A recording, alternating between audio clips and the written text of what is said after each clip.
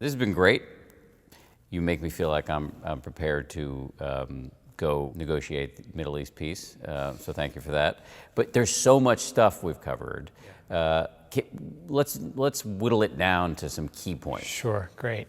So to review the process that we've gone through, the first step is really just showing up, making sure that you're here, mindful, paying attention. The second phase is knowing where you're coming from. So coming from a genuine motivation to understand. In that process, we're getting clear about what we both feel, what we both need, getting all the cards out on the table so we can look at it together. And then once we're at that place, then we're looking at how do we find solutions that work for both of us?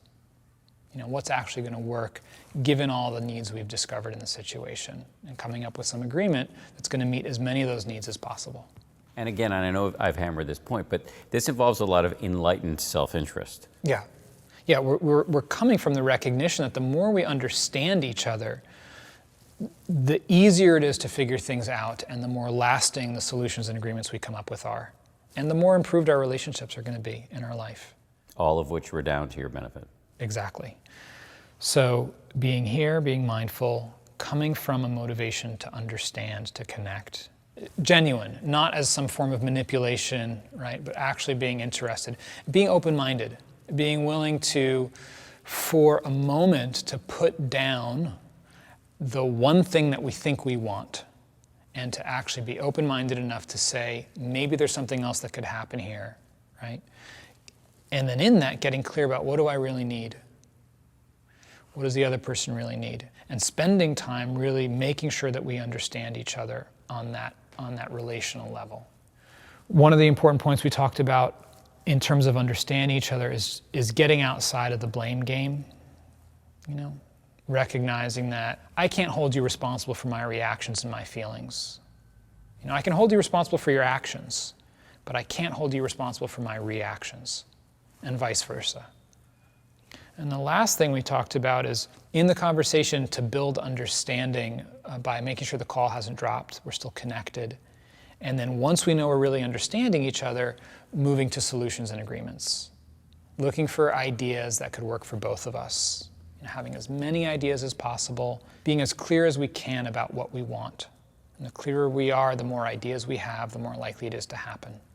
And then making an agreement that we both trust is going to work, being as specific about it as possible so we can go back to it and reevaluate it if it's not working. And there you go. It's the win-win.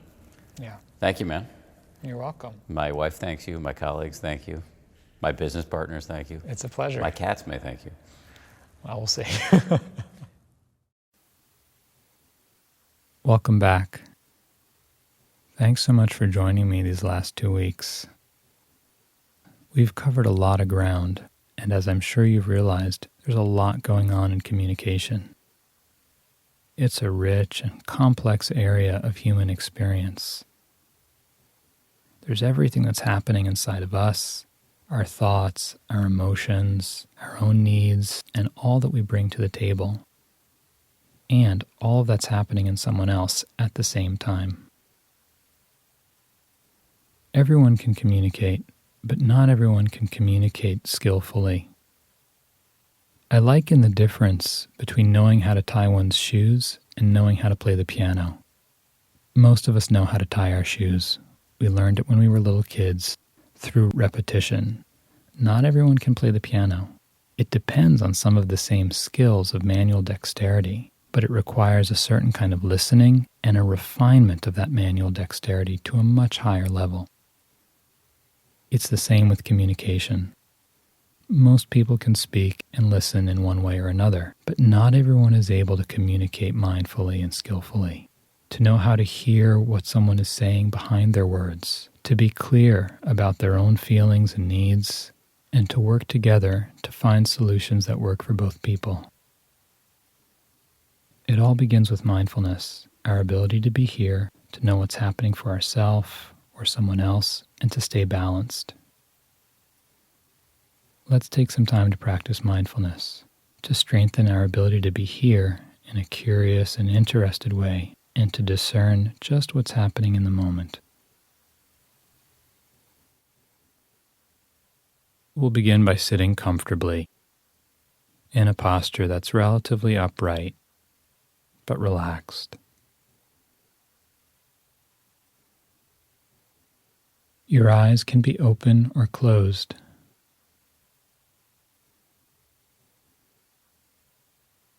If you'd like, you can take a few breaths to arrive more fully and settle into just being here, putting aside the thoughts of the past, what we were doing before, or whatever's coming up next in your day.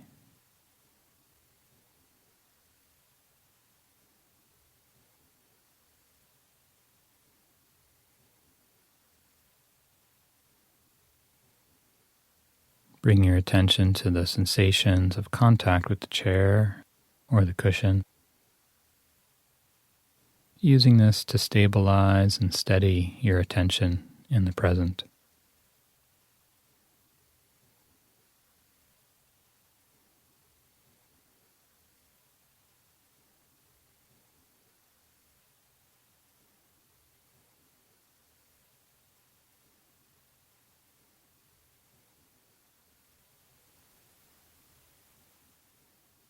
Whatever's happening in the mind, whatever's happening in the body, just keep coming back to feeling yourself sitting. The sense of weight, the firmness of the contact with the chair, and maybe the pressure or heaviness.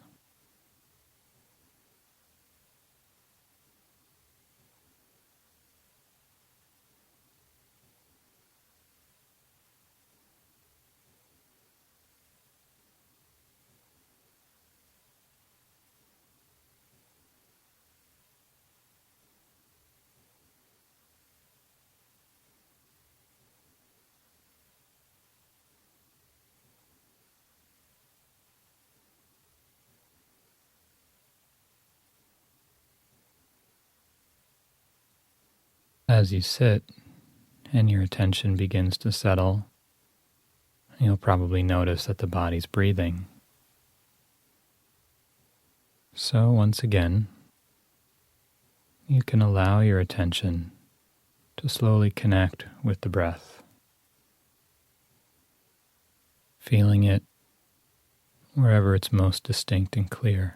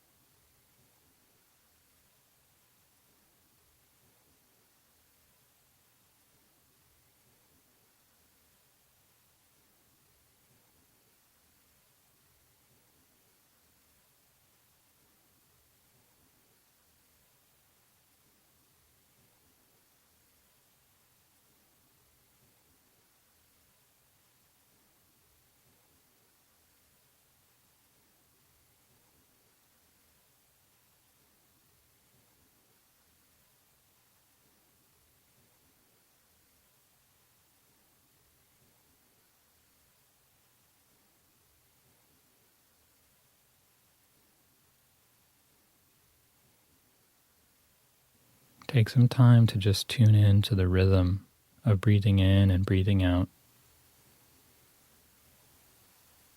Be sure not to strain or struggle. The body sits and breathes naturally. You don't need to make anything happen. Simply observe your experience clearly and directly as it is in each moment.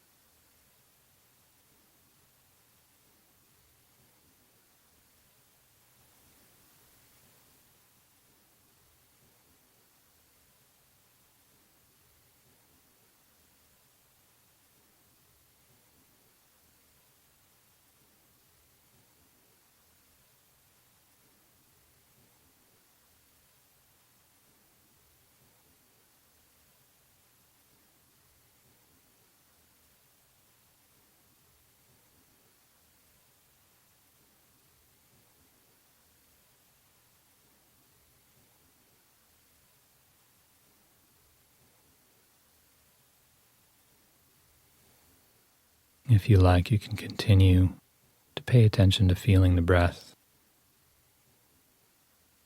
or you can shift your attention to the sense of being upright, sensing your backbone, how the body and the whole torso rises up. Just connecting with the sense of alertness, stability, and alignment that's naturally present in the structure of the body.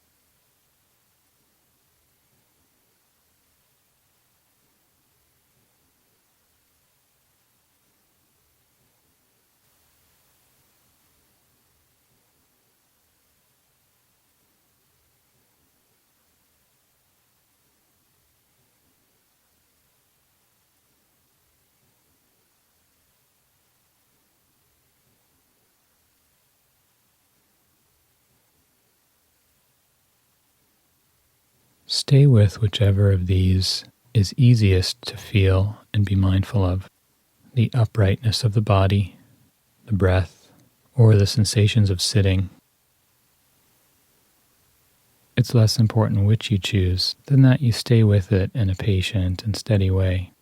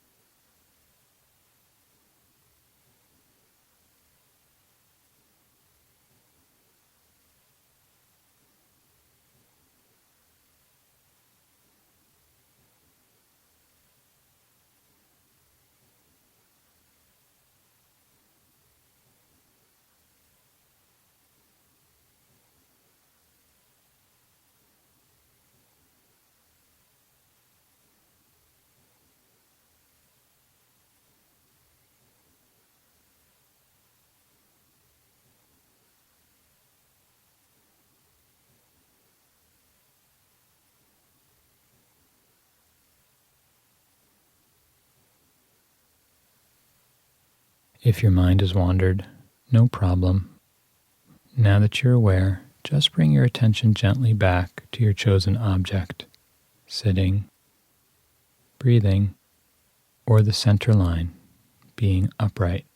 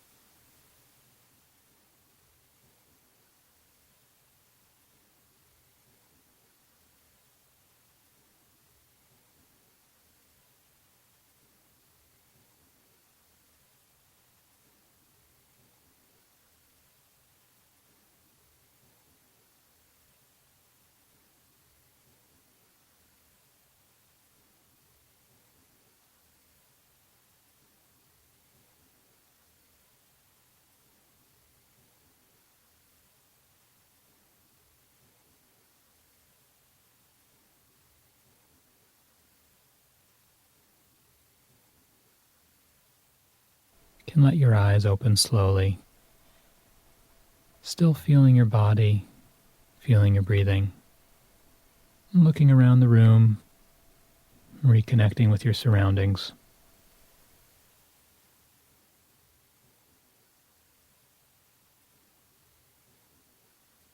As we close our meditation, I really want to thank you for joining me. The more people in our world who have these tools, the more chance we have for working things out. The good news is that it only takes one person to change a dialogue. It's like dancing. If one person changes their step, the other person has to follow, or at least adjust. We've covered a lot of ground. Don't expect to be able to do it all right away. It takes time, patience, and a commitment to really integrating these tools, but it's completely possible.